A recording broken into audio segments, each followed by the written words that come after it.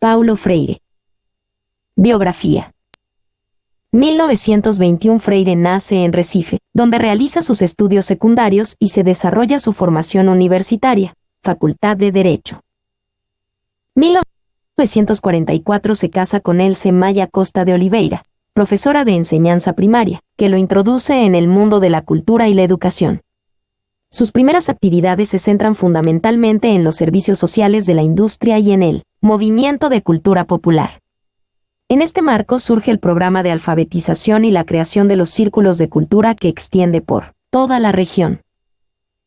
1963 es invitado por el presidente João para desarrollar el programa de alfabetización de adultos a escala nacional y trabajar en el movimiento para la educación básica.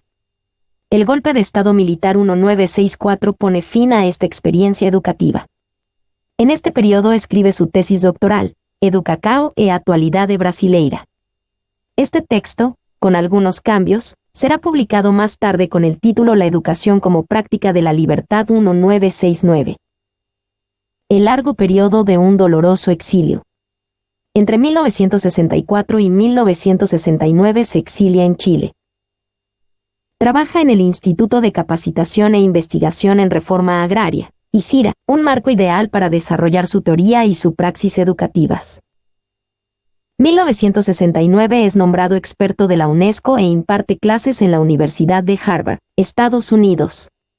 En 1970 se traslada a Ginebra como consultor del Gabinete de Educación del Consejo Mundial de las Iglesias. A lo largo de los años 70 asesora a diversos países africanos. Desarrolla programas de alfabetización, Tanzania, Guinea-Bissau, Angola, Mozambique, Santo Tomé, una vez proclamada su independencia. En esta época publica algunos de sus libros más importantes, Extensión o Comunicación.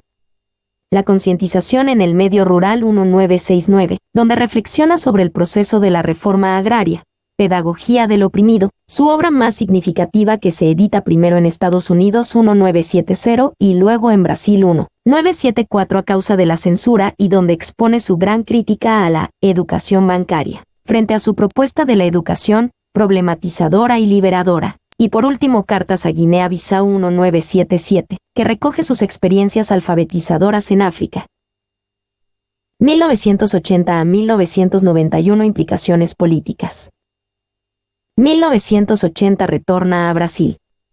Su vida académica se ve interrumpida por dos acontecimientos importantes, uno de carácter familiar y otro político. 1986 muere su primera esposa, Else, lo que le produce un gran abatimiento, que solo superará cuando en 1988 se casa en Recife con Nita Araujo. Nita colaborará en algunos de sus textos y aportará importantes notas a sus últimos libros. 1989 El Partido de los Trabajadores, PT, del que Freire era fundador, gana las elecciones municipales en Sao Paulo. Es nombrado secretario municipal de Educación, prestando especial atención a la gestión democrática de las escuelas, la reforma del currículo y la alfabetización de jóvenes y adultos. La importancia de leer y el proceso de liberación 1984 y a Educacao na Cidade 1991 son obras donde expone su visión política de la educación y su experiencia como gestor municipal. 1992 a 1997 retorno a la universidad. Durante estos años es nombrado doctor honoris causa por diferentes universidades. Pedagogía de la Esperanza 1993 es la nueva obra con la que vuelve a reflexionar sobre la pedagogía del oprimido. Le siguen Cartas a quien pretenda enseñar 1994 y Cartas a Cristina 1996. El compromiso político y social de Freire queda reflejado en sus últimos trabajos. A la sombra de este árbol 1997 y Pedagogía de la Autonomía 1997, en los que efectúa diversas críticas a las tesis neoliberales. 1997 El 2 de mayo fallece Freire. El Instituto Paulo Freire, Sao Paulo, creado en 1991, recoge hoy el legado de sus obras y los múltiples trabajos sobre su pensamiento. 1. Contexto histórico. Para poder comprender lo que significa Freire y lo que propone como educación, es fundamental conocer el contexto que ha vivido, ya que es a partir de él que surgen sus propuestas.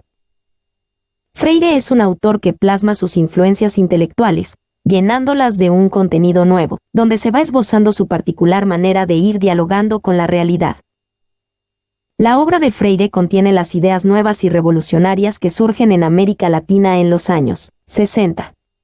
Por una parte, da cuenta de su formación católica imbuido del lenguaje liberacionista proveniente de las corrientes progresistas del catolicismo, que hacen surgir la teología de la liberación. Su filiación existencial cristiana es explícita y, además, utiliza elementos de la dialéctica marxista que le entregan una pauta de visión y comprensión de la historia.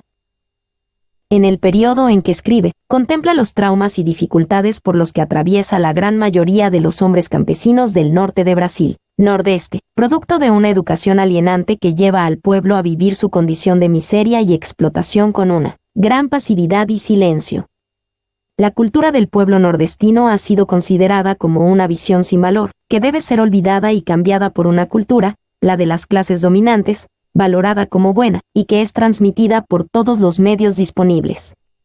El pueblo pobre es tratado como ignorante y es convencido de ello, lo que produce y explica la pasividad con que se soporta la situación de esclavitud en que se vive.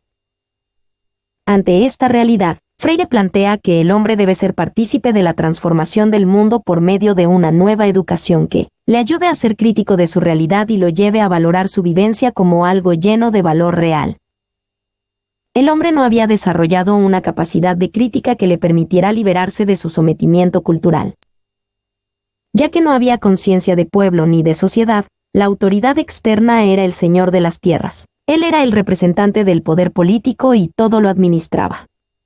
Este es el pasado de Brasil que va a motivar al autor a crear una educación que pueda ayudar al hombre a salir de su experiencia antidemocrática, experiencia anti-humana que no permite al hombre descubrirse como recreador de su mundo, como un ser importante y con poder de mejorar las cosas.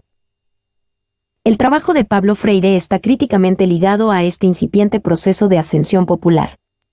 Freire es quien crea el movimiento de educación popular en Brasil. Con él busca sacar al hombre analfabeto de su situación de inconsciencia, de pasividad y falta de criticidad. El movimiento de educación de Freire comienza en 1962, en el nordeste de Brasil, una de las regiones más pobres.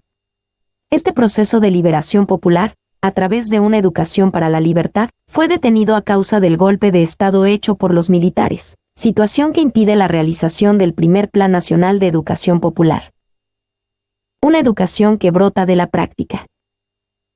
Su proyecto educativo, que parte de la praxis, apunta a crear humanización, a liberar al hombre de todo aquello que no lo deja ser verdaderamente persona. Freire es muy claro en plantear que la situación de deshumanización que vive el hombre actual no es la verdadera vocación a la que está llamado. El primero, en el cual los oprimidos van desvelando el mundo de la opresión y se van comprometiendo, en la praxis, con su transformación, y, el segundo, en que, una vez transformada la realidad opresora, esta pedagogía deja de ser del oprimido y pasa a ser la pedagogía de los hombres en proceso de permanente liberación.